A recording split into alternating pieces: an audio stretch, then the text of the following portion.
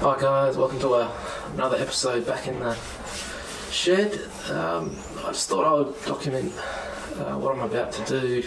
The Discovery One that I've got, that I use for a daily that not many see, is currently out of action. The gearbox has to come out, the automatic transmission. I'll be doing that.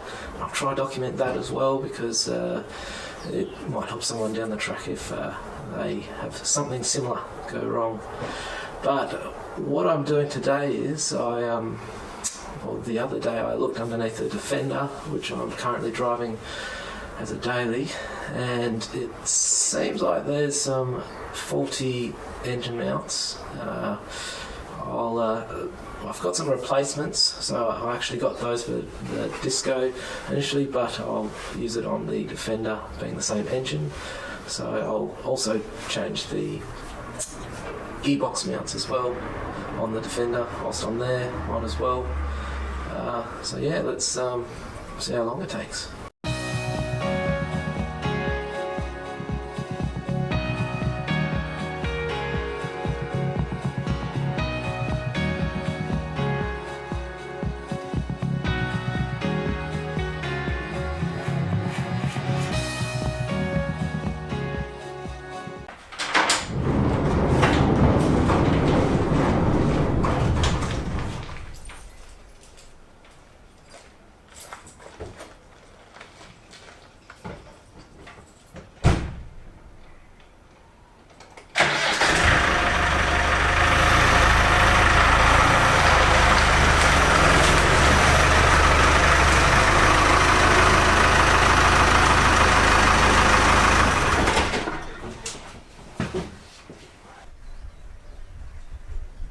So there's the driver's side engine mount. You can just see on the top of the rubber mount, so you can see where it's actually all perished and actually split really. So it's got to come out. So I haven't done one of these for a long time. The easiest way in my experience is to support the engine and then take the actual whole mount itself off of the chassis and off of the engine block. Pull the whole assembly out and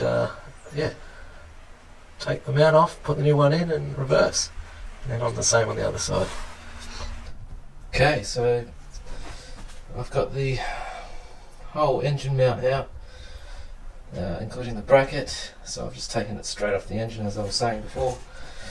It's much easier than wriggling it around, and I don't think it would be even able to do it that way. So here's the mount. Just completely detached, so that's been sitting like there for quite some time. So not good. So you got it. The new ones, they don't come with the nuts, so I've kept the nuts. So I'll whiz that one off there, and we'll put a new one on.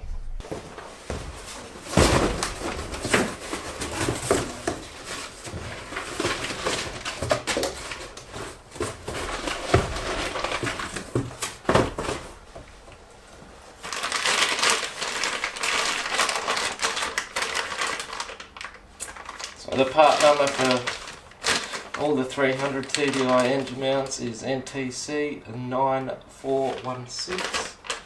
So that's for all your 300 TDIs, including Defender and the Discovery One.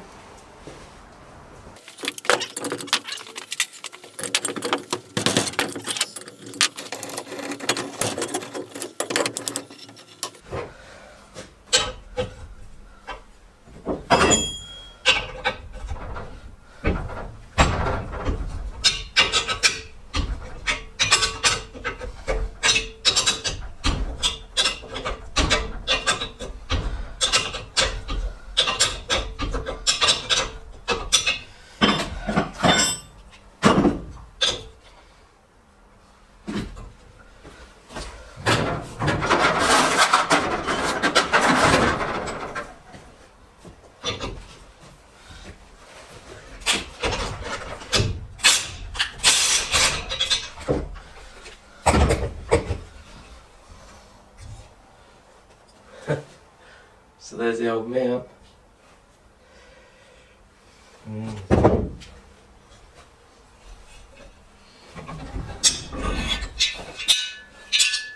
So I've got to keep the nuts.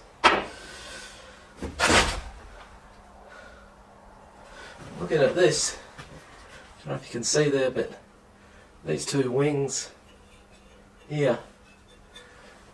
So this would sit like this. This one here actually bent a little bit outwards. So what that tells me is that someone's actually pulled the engine out with these still on it, and it's really common for these just to get caught and they get a little bent, so that means this engine's come out that way before in the past.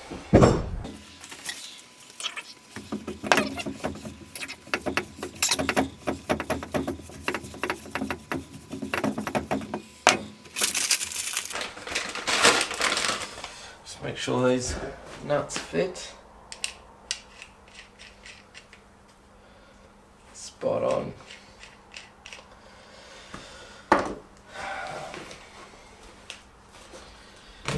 It's pretty easy to get these the right way. It's a little locking nut there, hole tab, whatever you want to call it. Thread straight through the hole here, and it's in. All you have to do is put that same nut back on.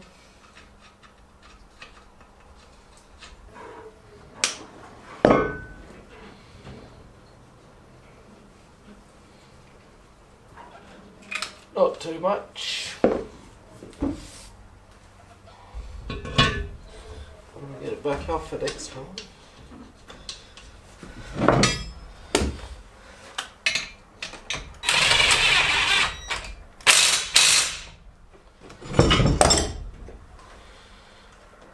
Now I've got to get it back in.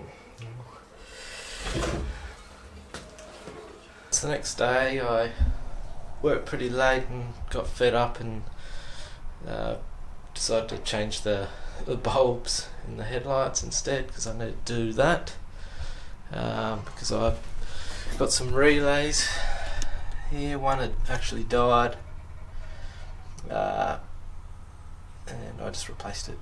Now the relays are an essential, I think, upgrade for your lights on a Disco Defender, older Defender, and a series Land Rover, just because there's no fuse, or there is a fuse, but there's just, it's all the power is going through the switch, hence people having burnt out switches. So that's an easy thing to do, put relays in for your high and low beams, so that's why there's two. Okay, so I didn't really get much filming done of the gearbox mount change, gearbox and engine mount change, just because I wanted to get it done, so I have something else to do this weekend, but yeah, they weren't good. So this is the engine mount, that's meant to be attached. Yeah, so, and it's been like that for a while. Yeah, so it wasn't really any obvious reason other than I looked at it and there was a little bit of a perish there, and I thought I'll just change those. It's easier said than done too, because what you actually have to do is, in my case, I could just jack it up because they're both sheared off, but what you'd normally do is undo the nut on the bottom fully. That's the top one, but the bottom one looks like this.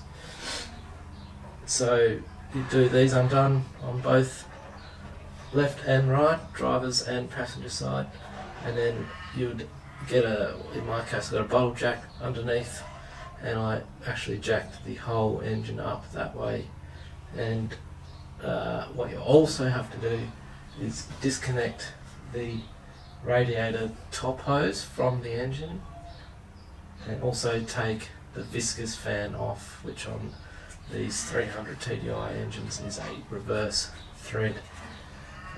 Reason for that is because you're actually lifting the engine up that far that it'll hit the shroud if you keep the fan on, and you'll also potentially buckle or bend your radiator pipe because the pipe is still connected to the top of the engine.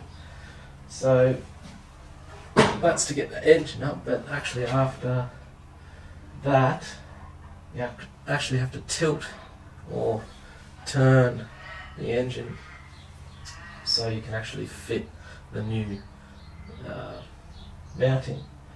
Now on the driver's side I actually took the whole mount off of the engine, so the actual metal mount that goes to the block and the chassis excuse me, and that was quite difficult, and a bit of Tetris in there to get it all lined up and get the holes where they need to go, but I got it in there, and tilting the engine actually helped. So what I've done, because I don't have an engine crane in here, I've just got a pretty heavy, decent ratchet strap, because you only need to tilt it like maybe that much, and I've just put it onto the rafters, which are quite solid anyway, and I've just put it on the front here where you'd have the anchor point or the lifting point of the engine, the front of it, and that's enough just to twist the engine so you can just pop the new one in.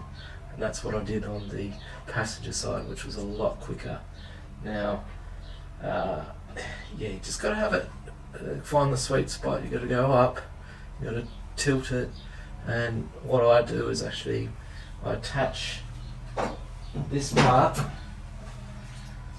So this is how it would sit, and I would attach this part to the engine first, not the chassis, so the bit that goes to the block, and it's got a little locating lug there, and that hones it in so it keeps it square and flush. So I just nip him up, not too tight, just so there's a little bit of play, just not enough that you damage the threads, and then from there, same on the other side, take the angle strap off so it's honed in on 0, and then what you do is you just lower it down, and because these are tapered, they will actually guide themselves in, and the whole engine will go down where it needs to be. Yeah, so that's that done. Anyway, I thought I'll just document these little things I do, because I do a lot of work that I don't actually get the camera out and film. It's just whenever I get a chance I'll be doing some work. This one was just a bit of a can of worms, I suppose, but it's done now, so I won't need to worry about it until I get over some more corrugations and they all get sheet off again. Hopefully not. But anyway, thanks for watching, and let me know if you want me to keep doing these kind of videos. I'll do the best I can.